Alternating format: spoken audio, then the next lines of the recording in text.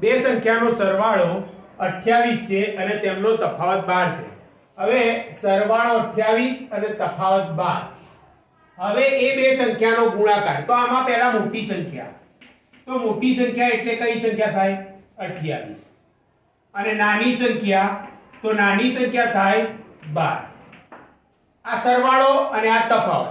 તો ડાયરેક્ટ આપણે શોર્ટકટ શીખીએ કે પહેલા કરો એક સંખ્યા 28 12 છેદમાં 2.